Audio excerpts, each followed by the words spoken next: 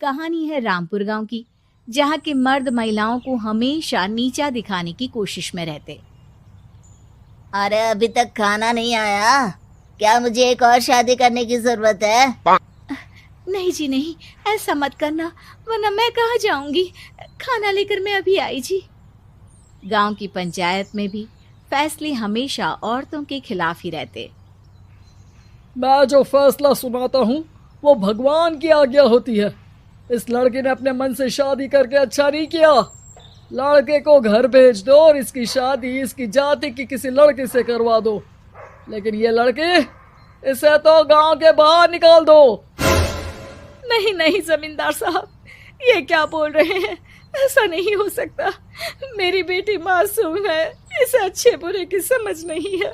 अरे कहाँ जाएगी ये बेचारी? कहाँ जाएगी? इतनी चिंता है तो पूरे परिवार का गांव निकाला कर देते हैं। बेचारे पूरे बसे बसाए परिवार को गांव छोड़ना पड़ता है। चाहे जो हो, अगर बेटियों को कंट्रोल नहीं कर सकते तो गांव में रहने का कोई मतलब नहीं है। यहाँ औरतों को दब कर रहना होगा। कोई भी अपने हिसाब से कुछ नहीं कर सकता, सब ईश्वर की मर्जी से ही होगा। तभी गांव का एक आदमी दौड़ा दौड़ा आता है। सरपंच साहब, जमींदार साहब, वो कालिया है ना, उसकी बेटी पढ़ने के लिए शहर जा रही है। अच्छा, ये कब हो गया? और कालिया की हिम्मत कैसे हो गई ऐसा करने की? लेकर आओ उसे और उसकी बेटी को।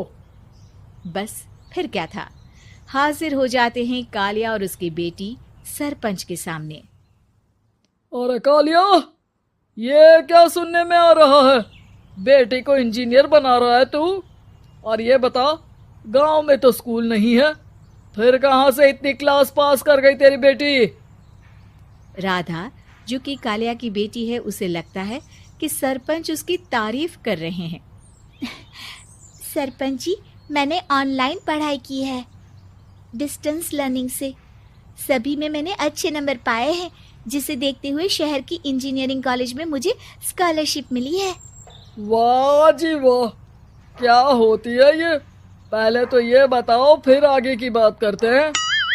पूरा गांव राधा की बात सुन रहा था और राधा बोलती जा रही थी।